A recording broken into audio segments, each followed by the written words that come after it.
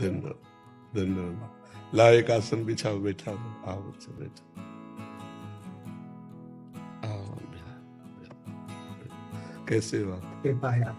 बैठ जाओ, आसन में बैठ जाओ। इनको चुनरी पहनाओ, इनको दुपट्टा लाओ, इनको भी दुपट्टा लाओ।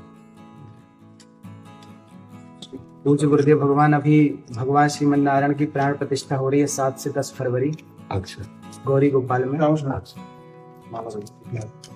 श्री चरणामणि। कौन से ठाकुर विराजमान? भगवान श्रीमन नारायण, भगवान श्री सीताराम चंद्र, अच्छा,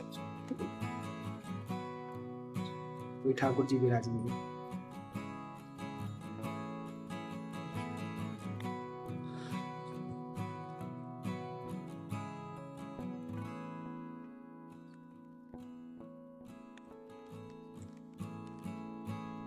ये हमारे लिए जी श्री जी को पहले अर्पित कर देना, उठा करके तो बस इतना अपने जीवन में ध्यान रखना कि कभी अर्थ की लोलुपता ना आने पाए, धर्म की प्रधानता रहे और वाणी शास्त्र संयम से रहे और अर्थ चरणों में रहे। मस्तक पर कभी अर्थ न चढ़ने पावे, अर्थ नहीं, मस्तक तो सिर्फ भगवान के लिए है, अर्थ चरणों में, मस्तक पर भगवान और वाणी में शास्त्र सम्मानित शब्द, तो सदैव विजयी रहोगे। जहां कहीं हमारे अंदर अर्थ की प्रधानता आ जाएगी, दिमाग अर्थमय हो जाएगा, वहां हम हार जाएंगे। संसार में अर्थ ही सब कुछ नहीं होता, एक प्रतिष्ठा भी होती है। तो आप अपने पीछे भी जैसे आए थे तो आपको यही कहा था कि बहुत सावधान, क्योंकि अगर 100 लोग आपको प्रणाम करने वाले हैं तो 5 आपको गिराने वाले भी हैं।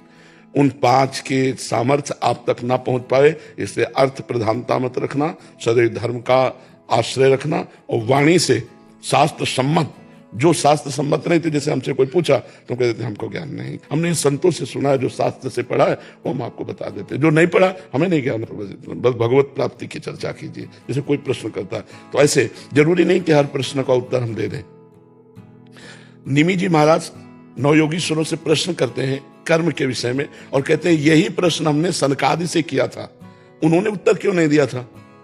तब निमि जी को नवयोगीश्वरों में योगीश्वर बोलते हैं, उस समय आपकी बाल्यावस्था थी, आप अनाधिकारी थे, इसलिए सनकादि ने आपको उत्तर नहीं दिया। तो जरूरी नहीं कि अनाधिकारी को उत्तर दिया जाए, अगर अनाधिकारी है तो मौन, हम असमर्थ हैं आपके प्रश्न के उत्तर। दूसरा प्रश्न कीजिए, कहीं भी निमंत्रण हो, कहीं भी आपको बुलावा हो, पहले देखो कि मुझे यहां जाने से धर्म प्रतिष्ठा इस पे आंच तो नहीं आएगी।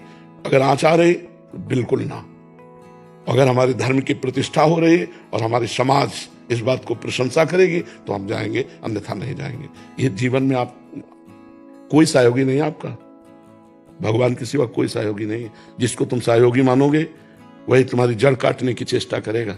तुमको अपने पैरों के बल खड़ा होना है, भगवान के बल से। हमारी बात एक एक सूत्र समझ लो, प्रश्न का उत्तर वही दो, अधिकार के अनुसार, जानकारी के अनुसार। वो अधिकारी होना चाहिए, आपको जानकारी होनी चाहिए। आप वहीं जाइए जहां आपकी प्रतिष्ठा, आपके धर्म की प्रतिष्ठा में आंच ना आवे। अर्थ उतना भावना कीजिए जितने से सेवा सामग्री सब सुरक्षित चलती रहे, वो भगवान देते रहते हैं। उसके लिए ऐसे करने की जरूरत नहीं। अगर हमारी सात्विक प्रवृत्ति से यश प्रवृत्ति बढ़ रही तो कोई हानि की बात नहीं, लेकिन यदि वो थोड़ा भी गिर करके बढ़ रहा है यश, तो वो यश सम्माननीय नहीं होता। साधु सभा में यश वही सम्माननीय होता है जो धर्म के अनुसार और गौरव के अनुसार बढ़ता है। तो आप गौरववान बनिए और धर्मनिष्ठ बनिए, जो आपके जीवन को आगे और प्रकाशित करे। कोई सहयोगी नहीं, पहला शब्द याद कर लो। जिसे तुम सहयोगी समझ रहे हो वही तुम्हें नीचा दिखाने की कोशिश करेगा। आपको अगर उन्नतिशील बहुत समय तक टिके रहना है धर्म क्षेत्र में, तो आपको अपने पैरों के बल खड़े होना पड़ेगा। इसके लिए आपको परिपक्व रहना होगा, स्वयं परिपक्व रहना होगा। यश बढ़ने में वर्षों लगते हैं, धूमिल होने में 2 मिनट लगते हैं। 2 मिनट में सब चौपट हो जाता है। इसलिए जो भगवान ने आपको दिया है यश, जो भगवान ने आपको पवित्रता दी, उसका निर्वाह आप कीजिए। संयम से स्वयं रहिए, कहीं भी कभी भी जो भगवान ने अर्धांग में विराजमान कर दिया, इसके सिवा कभी दृष्टि नहीं डालनी। नजर नीची करके बात करो, उत्तर दिया, खत्म खेल। कभी किसी से किसी तरह का लगाव ना होने पाए तो कभी जीवन में तुम्हें कोई गिरा नहीं सकता। यही होते हैं कंचन कामिनी, गिराने वाले। कीर्ति तो हरि के द्वारा दी हुई होती है। वो अपने प्रयास से नहीं आती, हरि के प्रयास से आती। न कामिनी में कभी आकर्षण हो, न कंचन में कभी आकर्षण हो। कंचन तो अपने आप बरसेगा जब हम धर्म में चल रहे हैं। जैसे समुद्र में बिना बुलाए नदियां अपने आप जा रही, ऐसे धर्मात्मा पुरुष के पास समस्त वैभव अपने आप आ जाता है। खूब आनंदित रहो, प्रसन्न रहो और हमारे सनातन धर्म को आगे बढ़ाओ। जब कभी कोई सत्संग करो उसमें नाम की प्रधानता जरूर करो, क्योंकि कलयुग में केवल नाम के द्वारा कल्याण हो सकता है। शास्त्रीय सिद्धांत भी है, कृतयुगे ध्यायते विष्णु त्रेतायाम जयते मखई द्वापरी परिचर्यायाम कलो तद्धर कीर्तना। हरि कीर्तन के सिवा कुछ नहीं है। ना कोई यज्ञ हो सकती है इस समय, अपवित्र घी आ रहा है, पवित्र धान्य और जौ आदि हो गए, कहां से यज्ञ होगा? त्रिकाल संध्या करने वाले कौन है? कोई बिरला ही कोई होंगे जो त्रिकाल संध्या करे। ध्यान, मन इतना चंचल, ध्यान कैसे लग सकता है? पूजा, इतनी वासनाएं बढ़ी हुई हैं कि उपासना कैसे बन रही? तो एक ही रह गया है, नाम जप, नाम कीर्तन, गुण कीर्तन, श्रवण, बस इसी के द्वारा भगवत प्राप्ति हो जाएगी। खूब भागवत कथा सुनाओ, खूब भगवान नाम का प्रचार करो, स्वयं नाम जप करो, धर्म से रहो, यही हमारी प्रार्थना। पर जी ऐसे स्थानों में भी जाना पड़ता है जहाँ एकदम विमुख हैं, जो हाँ, कोई गाँव जब हम कथा के लिए जा रहे हैं तो हम भगवान को श्रोता बना करके बोल रहे हैं, लेकिन हम अर्थ की किसी प्रधान स्थिति पे ऐसे लोगों के पास नहीं जाते जहां से उपहास हो। बिल्कुल नहीं। बहुत अपने को संभालिए, इससे जो है ना तुम्हारी मर्यादा बढ़ती चली जाएगी और तुम आगे उठते चले जाओगे। तुमसे कोई बात पूछे आके उत्तर दे दो, तुमको कहीं जाने की जरूरत नहीं है। उसे अर्थ की व्यवस्था की मत सोचो कि इतनी माताएं, इनकी व्यवस्था, भगवान देने वाला है, वो घर बैठे सबका पोषण करता है, सबका पोषण हो रहा है। कभी किसी से ऐसे नहीं, देनहार कोई और है, देते रहे दिन में। बिल्कुल, ये थोड़ा सा सुधारो। हम अपने घर की बात कर रहे हैं, ये लोग पवित्र यश कीर्ति में धूल फेंकने वाले लोग हैं। अर्थ को ठोकर मारो, तभी का अर्थ को रखो चरणों में और भगवान को रखो दिमाग में। निर्वैर हमारा जीवन होना चाहिए। तो ये बहुत बड़ी क्षमता है और बहुत बड़ा यश है, दोनों को संभाल लो। अब ऐसी जगह मत जाना जहां जाने से थोड़ा भी कोई विक्षेप करे, थोड़ा भी कोई तुम्हारे ऊपर अंगुली उठावे। घर बैठे सब होगा, हमारी बात मान ले, घर बैठे सब होगा, अपने आप सब आएगा। तू चिंता मत कर, तू आगे बढ़ और भगवान सहयोगी है। और हमें ये बहुत अच्छा लगा कि जैसे सैकड़ों माताएं हैं ना, बहुत उत्तम बात हो बच्चा। बूढ़े बाड़े इनकी कोई सेवा नहीं कर रहा, जैसे सेवा करना बहुत बड़ी बात होता है। इससे भगवान बहुत जल्दी प्रसन्न होते हैं। एक तो वयोवृद्ध और एक जिनकी कोई सेवा नहीं कर रहा, उनकी सेवा जो करने का तुम्हें सौभाग्य मिला, बहुत बात है। और भगवान ऐसी जगह अर्थ अपने आप भेजते हैं। तुम चिंता मत करना कि सैकड़ों माताएं, इनका भरण पोषण के लिए हम कहीं जान, ज्यादा परेशान मत हो, अपने आप सारी व्यवस्था होती है। जो धर्म से चलता है, परोपकार करता है, जो भगवान का यश गाता है, अपने आप व्यवस्था होती है। तुम उसकी चिंता मत करना, तुम अपनी निष्ठा पे रहो। और स्वयं संध्या करते हो, गायत्री जप करते हो? हाँ, स्वयं करना, कम से कम 2 बार की संध्या तो करना ही।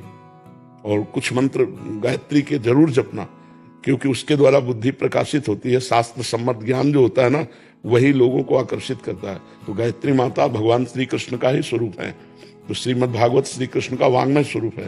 तो गायत्री की कृपा से भागवत में प्रवीणता आएगी। तो दोनों काल सूर्य को अर्घ दान करना और गायत्री जप करना और मुद्राओं के द्वारा संध्या को पुष्ट करना। सुमुखम संपुटम च विविततम विस्ततम आता है, सुमुखम संपुटम च विविततम, ये तो प्रारंभ में सिखाया जाता है। तो गायत्री मुद्रा के साथ गायत्री का जप निश्चित, इससे आप सुरक्षित बने रहेंगे। गायत्री देवी बुद्धि को प्रकाश करने वाली है। ठीक है बच्चा? कल रात्रि को गुरु जी सुबह स्वप्न में भगवान श्रीमन नारायण का ठाकुर जी विराजे थे मंदिर में, और स्वप्न में भगवान जी के पास जाना हुआ। भगवान जी मंदिर से बाहर आए और गोद में आकर के बैठ गए। ये स्वप्न जब से मैंने देखा तो बस दिन रात वही चलता। हाँ, बहुत कृपा है। ऐसा लगता भगवान जी ने कहा कि हमें खीर और कढ़ी खिलाओ जी। तो ठाकुर जी अभी भगवान जी विराजेंगे ना जी, तो मैंने बोला कि सबसे पहले ठाकुर जी को वही भोग लगाएंगे। पवित्र हृदय में भगवान का प्रकाश होता रहता है। आप बहुत पवित्र हृदय वाले हो, बहुत सावधानी से बस चलते रहो, क्योंकि ये बात हमारी पकड़ लेना, कोई तुम्हारा साथी नहीं है, भगवान के सिवा कोई साथी नहीं है। अपने आप को सुरक्षित रखने के लिए बस सावधानी रखो, निष्कलंक जीवन व्यतीत होना चाहिए। ठीक है, धन्यवाद।